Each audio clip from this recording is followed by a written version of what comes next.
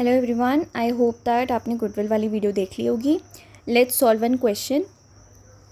Let's read it. ABC were partners in a firm sharing profits and losses equally, and because of increase in business, B devoted more time in the business. He demanded that his share in the profit will be increased. Now they all agreed to share their future profits in the ratio 1:2:1. So जो old ratio था वो था 1:1:1, new ratio था 1:2:1। ठीक है। And यहाँ पे उन्होंने गुडविल का बता रखा है कि कैसे तुम वैल्यू करोगे। ये ईयर्स हैं, ये प्रॉफिट्स हैं। Then you are required to calculate the goodwill of the firm and you have to pass the journal entries also. So goodwill निकालने के लिए इसमें आपको कोई भी एडजस्टमेंट्स नहीं दिए, आप इन सब का टोटल करोगे एंड ये आपका नेगेटिव में दिया है। अगर आपका ब्रैकेट में कोई भी चीज़ दी होती है तो वो नेगेटिव में होती है। इसका मतलब आप उसको यहाँ पे माइनस करोगे एंड देन उसको कैलकुलेट करके आपकी जो गुडविल है वो 3,60,000 आ रही है, which is easy to calculate. ठीक है। सॉरी, ये एवरेज प्रॉफिट आ रहा है आपका। उसके बाद गुडविल इसमें दिया है कि नंबर ऑफ़ परचेज 2 हैं, सो आप उसको 2 से मल्टीप्लाई करके 7,20,000 निकाल सकते हो। फिर you have to calculate the gaining ratio. So आप new ratio minus old ratio करके गेनिंग रेशियो निकाल सकते हो। इसमें देखो, इन्होंने जो इनकी टीचर है उन्होंने उनको गेनिंग रेशियो निकलवा रखा है। आप नॉर्मली क्या करो, सैक्रिफाइसिंग रेशियो निकालो, old ratio minus new ratio. जो भी आपका नेगेटिव में आंसर आएगा वो गेनिंग रेशियो हो जाएगा एंड जो पॉजिटिव में आएगा वो सैक्रिफाइसिंग रेशियो हो जाएगा। यहाँ पे इन्होंने उल्टा करा रखा है, मतलब ना इसमें देखो न्यू माइनस ओल्ड करा रखा है, तो आपका जो गेनिंग है वो आपका पॉजिटिव आएगा और इसमें नेगेटिव आएगा। आप ऐसे मत देखो, ठीक है। अगर आप देखोगे ए का सैक्रिफाइसिंग रेशियो आएगा, मैं यहाँ लिख देती हूँ नीचे। जब आप इसको कैलकुलेट करोगे ए का सैक्रिफाइसिंग रेशियो आएगा 1/12 और ये पॉजिटिव का आएगा, दैट मीन्स कि ये सैक्रिफाइसिंग रेशियो है। एंड बी का आपका आ जाएगा गेन 2/12 और ये वाला आंसर आपका माइनस में आएगा। सी का भी आ जाएगा सैक्रिफाइस 1/12। ठीक है। सो ये पॉजिटिव में जो भी आंसर आएंगे आपके वो आपका सैक्रिफाइसिंग रेशियो है और जो नेगेटिव में आएगा वो गेनिंग रेशियो है। ये सब आप मत देखो, उन्होंने फॉर्मूला ना एक्चुअली दूसरा लगा रखा है। जो हमने सीखा है वो कौन सा है, ये वाला, sacrificing ratio is equals to old minus new. Now यहाँ पे देखो कि कौन गेन कर रहा है, बी इज़ गेनिंग। सो सबसे पहले हमने जो गुडविल की अमाउंट निकाली थी 7,20,000, हम वो लिखेंगे। फिर हम निकालेंगे कि बी जब गेन कर रहा है तो उसके हिस्से में जो गुडविल है जो वो और पार्टनर्स को देगा वो कितनी है। तो बेसिकली जैसे मैंने समझाया था कि बी गेन कर रहा है, बी को कुछ मिल रहा है, इसका मतलब वो अपने फेलो मेट्स को जो सैक्रिफाइस कर रहे हैं उनको कुछ ना कुछ अमाउंट देगा ऑफ गुडविल कि यार देखो मैं प्रॉफिट शेयर ज़्यादा ले रहा हूँ तो एक काम करता हूँ कि अभी तक जितनी गुडविल अर्न हुई है, हमने जितनी भी वैल्यू की है वो हम आपस में डिवाइड कर लेंगे, मैं तुम्हें दे दूँगा। जो गेन कर रहा होगा वो ऐसा बोलेगा और पार्टनर्स को। सो हम इसको कैलकुलेट करेंगे तो हमारा 1,20,000 आ जाएगा। ठीक है। एंड ये 1,20,000 आप 2 जनों को बांटोगे। एक तो आप किसको बांटोगे, ए को बांटोगे एंड देन बी को बांटोगे। ठीक है। सो यहाँ पे आया 7,20,000 इंटू 1/12 सैक्रिफाइसिंग रेशियो आ रहा था ना ए एंड सी का। सो आप निकालोगे, इसका आएगा 60,000 ईच। ठीक है। सो जो इसकी एंट्री बनेगी वो बनेगी बी का capital account because B was gaining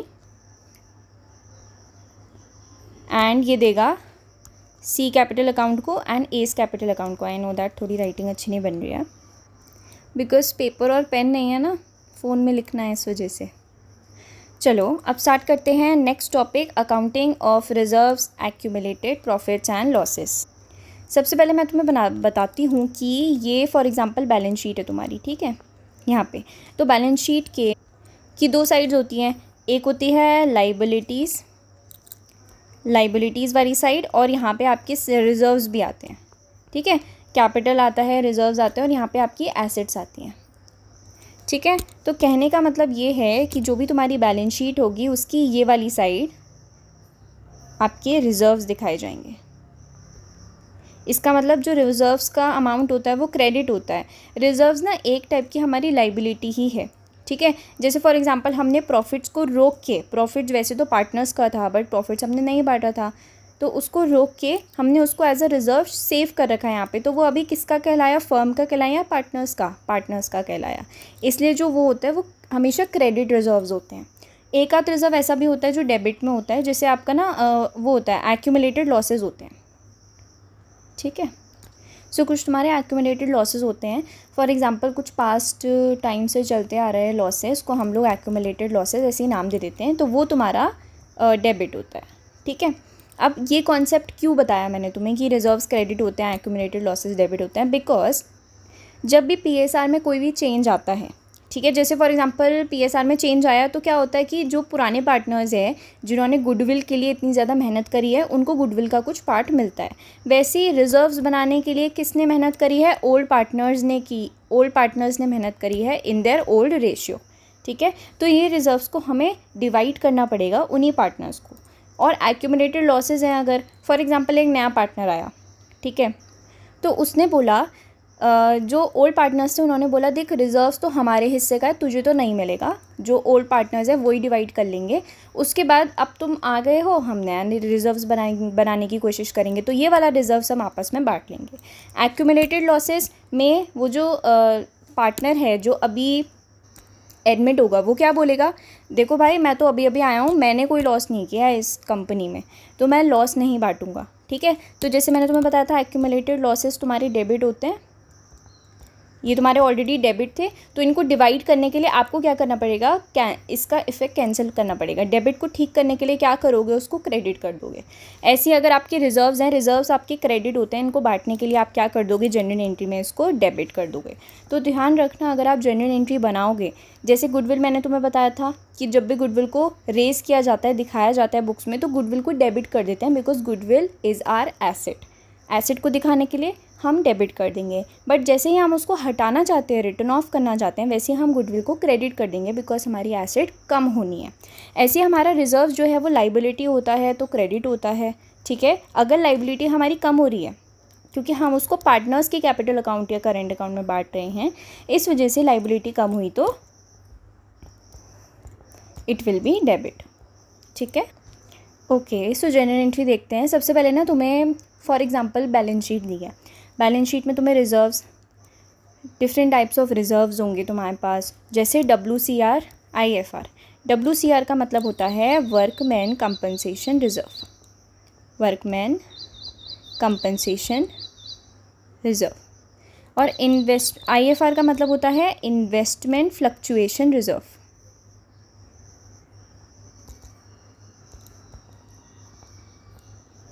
तो एक अगर मैं सिंपल वर्ड्स में तुम्हें समझाऊँ तो वर्कमैन जो कंपनसेशन रिज़र्व होगा वो किस चीज़ के लिए होगा कि जो भी वर्कर्स यहाँ पे काम करते हैं, अगर हमें उनको बाई चांस किसी चीज़ के लिए कंपनसेशन देना पड़ जाए, पैसा देना पड़ जाए, तो उसके लिए हमने ऑलरेडी रिजर्व्स रख रखे हैं। अब देखो कंपनी में क्या होता है, हमारे जो प्रॉफिट्स आए, ठीक है, तुम्हें याद है जब भी हम लोग बनाते थे ना पार्टनर्स कैपिटल अकाउंट बनाते थे और तुम्हारा P&L एप्रोप्रिएशन अकाउंट बनाते थे, तो उसमें होता था कि प्रॉफिट का, फॉर एग्जांपल प्रॉफिट है 1 लाख का, सो प्रॉफिट का कुछ पार्ट आपका रिजर्व्स में जाना है, जैसे कि रिजर्व्स आपको रखना है 20%। ये रिजर्व्स आपका ये सारे रिजर्व्स को मिला के है। देखो जैसे हमारी कंपनी में प्रॉफिट हुआ 1 लाख रुपए का, हमने सबको बांट दिया, सारे पार्टनर्स ने एक दूसरे के साथ बांट लिया। आगे जाके हमें एक लॉस होने वाला है, मतलब वर्कमैन हमसे कंपनसेशन लेंगे तो वो पैसा कौन अपनी जेब से देने वाला है, कोई भी नहीं देगा।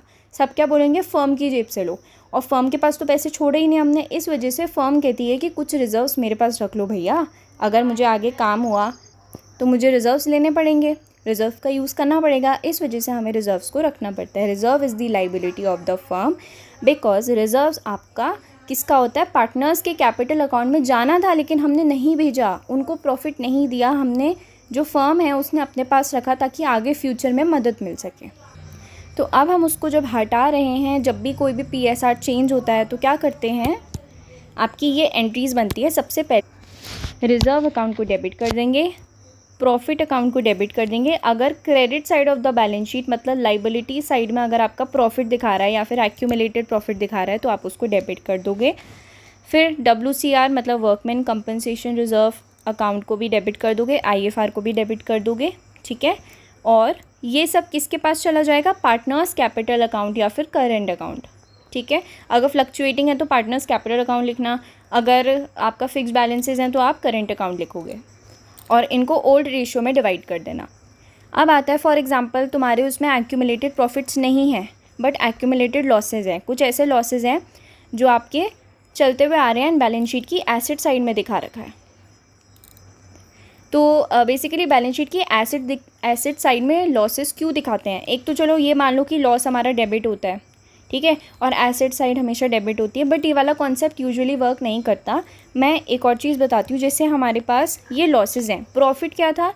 फर्म के लिए लाइबिलिटी थी कि वो पार्टनर्स को पे करेगी। वैसे ही एक्यूमुलेटेड लॉसेस फर्म के लिए तो एसेट है ना, क्योंकि पार्टनर्स उसको लॉस पे करेंगे क्योंकि उनकी वजह से ही लॉस हुआ है। तो फर्म क्या बोलेगी, भाई देखो तुम दोनों थे पार्टनर्स, मुझे नहीं पता, तुम्हारी वजह से मेरी कंपनी में लॉस हुआ है, मतलब मैं जो फर्म हूँ उसमें लॉस हुआ है, तो तुम मुझे पैसे दोगे। इसका मतलब जो तुम्हारा एक्यूमुलेटेड लॉसेस था वो एसेट था फॉर योर फर्म, ठीक है। अब देखो आप उसको कैसे डिवाइड करोगे। पार्टनर्स कैपिटल अकाउंट अपने कैपिटल में से हिस्सा देंगे, दैट मीन्स उनकी कैपिटल कम होने वाली है, एंड वेन एवर कैपिटल कम होती है तो वो डेबिट होती है। सो पार्टनर्स के कैपिटल अकाउंट को डेबिट कर दो।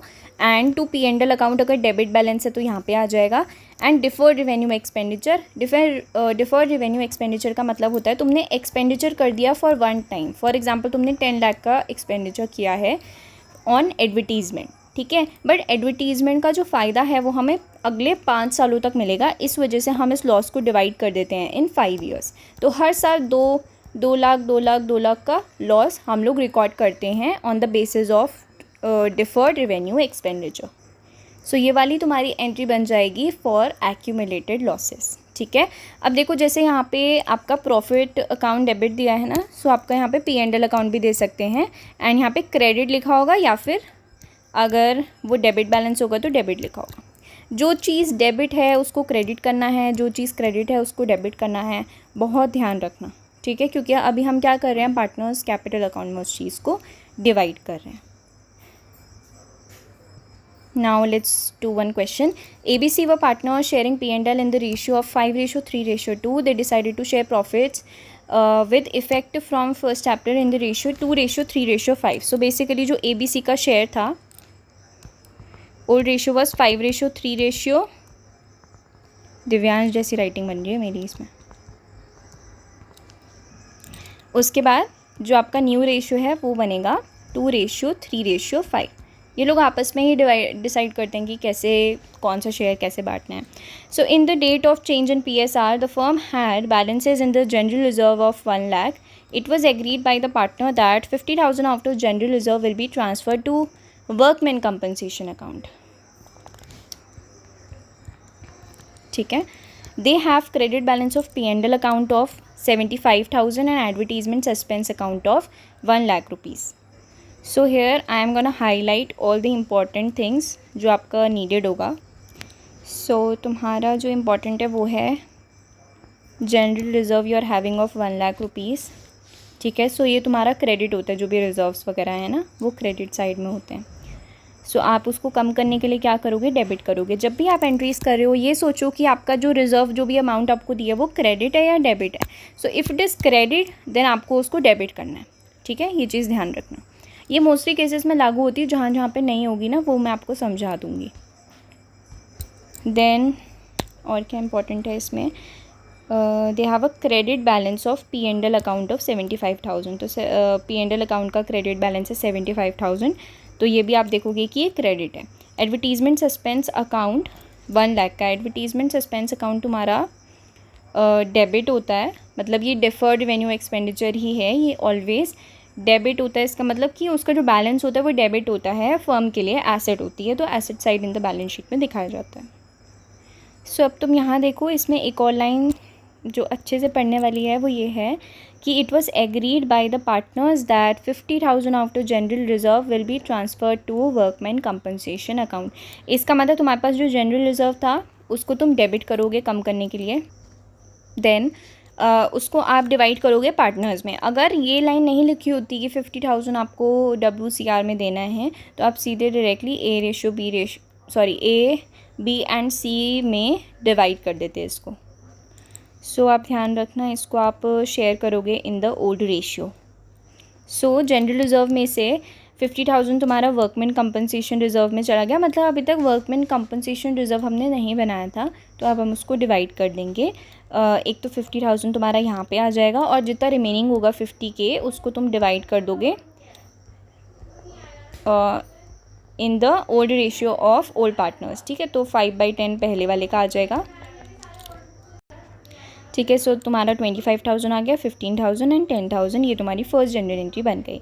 Then second journal entry will be of P&L account, क्योंकि P&L अकाउंट तुम्हारा यहाँ पे क्या दिया है, they have a credit balance of 75,000। सो तुम्हारा क्रेडिट बैलेंस दिया है, ठीक है, 75,000 का। तो तुम इसको डिवाइड कर दोगे 75,000 को ओल्ड रेशियो में to the old partners ratio, ठीक है। ओल्ड रेशियो जो था तुम्हारा 5:3:2।